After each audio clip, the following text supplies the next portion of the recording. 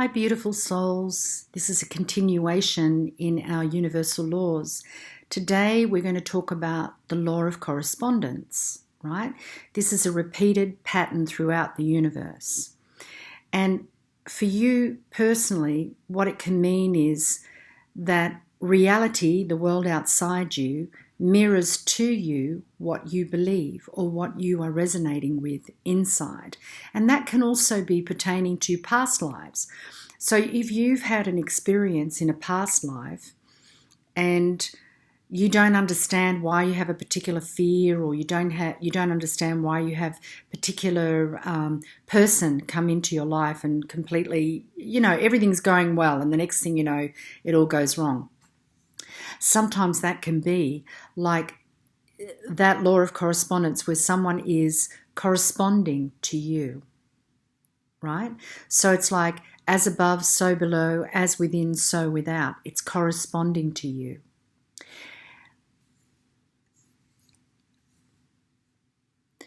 So we could say that if your world is feeling like you can never get ahead, there's always some drama, there's always something going on in your life, that's because the world outside you is corresponding to the energy that you have within. And as I said, sometimes that can also be from a past life.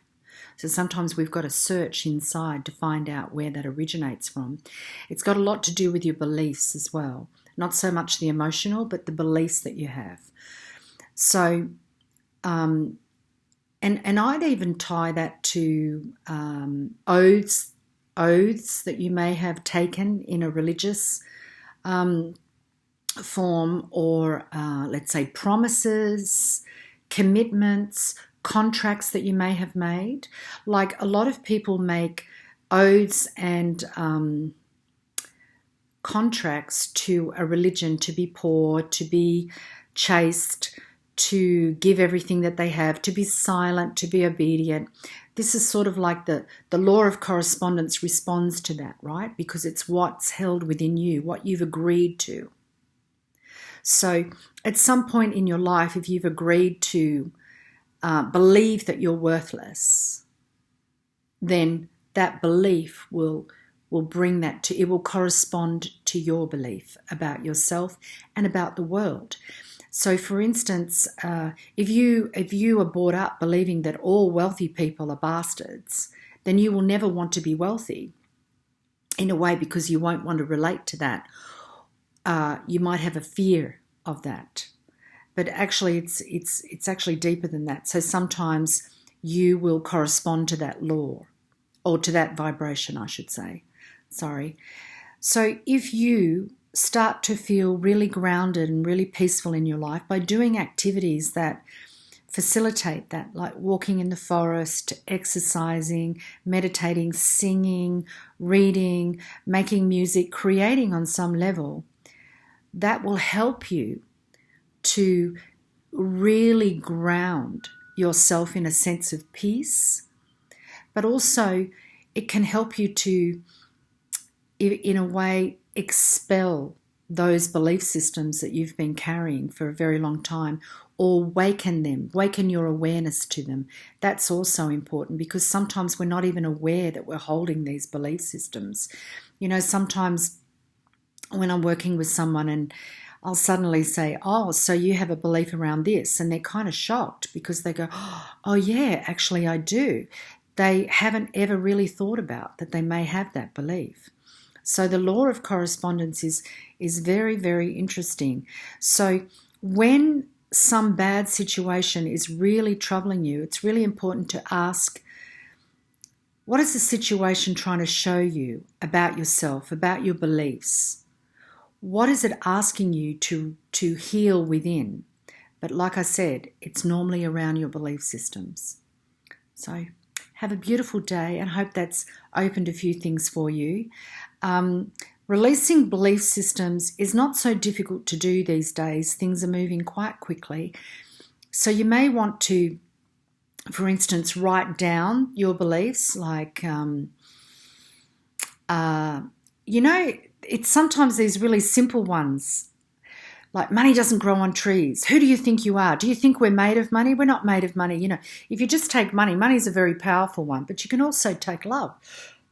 We'll just say you've got these negative beliefs around money, and the outside world is corresponding to that, holding you within that belief system. And so you write them down on one side of the page, and on the other side of the page, so you divide the page in half, and on the other side of the page, you write down the positive.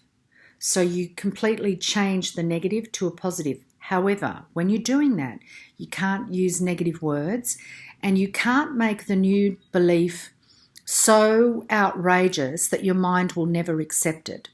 For instance, if you write down, I'm never going to get anywhere financially, I'm useless. You know, your parents may have said to you, oh, you're useless. You're never going to amount to anything, right? So you write that down. The opposite to that is, I always achieve, and I am worthy of that achievement, right? That's the opposite to it. But some people might say, I am worthy of millions and millions, because they think that's a good thing to write, but it's not, because your mind will have a glitch around that, because it'll go, oh, that's too much. No, that's too big a belief for me to believe in. It's too far the opposite, right? So you do it gently. So then you go into a meditative state, an alpha or theta state. You can do that using music. You can do some sort of meditation technique. There's plenty on YouTube you can find. Get yourself in a relaxed state and have that little piece of paper with 5 or 8 belief systems on it. Try not to do more than that, because sometimes you can really disturb your brain. You know, you can have a little bit of a meltdown. So open your eyes slightly, or if you remember, imagine yourself going into the room of your mind, going into a little room, and there in that room you have like a fireplace and a book or a computer. And you see your belief written in the book or the computer. If it's in the book, you tear the page out, you burn that page in the fireplace, and you feel a relief. And then you grab a pen and you look at the book, and there's a new fresh page. And very deliberately you write down the new belief you want to replace it with. Because what you're going to in your mind is your book of beliefs, right? So when you go in there, you say, I'm going to my book of beliefs, where I store all those beliefs. Remember, the mind doesn't know the difference between reality and imagination.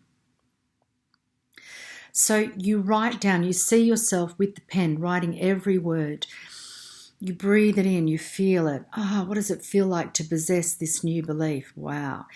If you're using a computer, you see it, you delete it, and you type. You see your fingers typing. You see yourself, you feel yourself doing this action. Then you go to the next one. But as I said, don't do too many in one go, right? Because your mind can go a bit loopy. So try that technique. There are other techniques you can use, but I find that one very simple. Keep it simple, stupid. Yeah, I find it very simple and very, very effective. And in fact, there was a time in my career when I really did a lot of work on belief systems, and I found that one to be extremely good.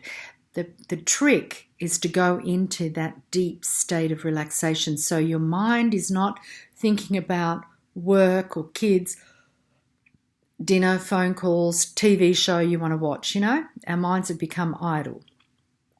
So dedicate half an hour of your evening to that, or half an hour of your morning. It's really good to do it last thing in the evening or first thing in the morning.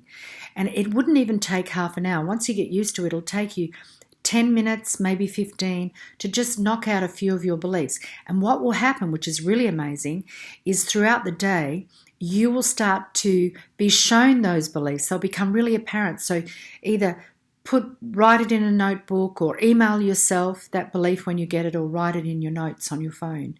And you'll find you'll be able to kick those beliefs out the door. Have a beautiful day, and see you on the next video. Bye for now.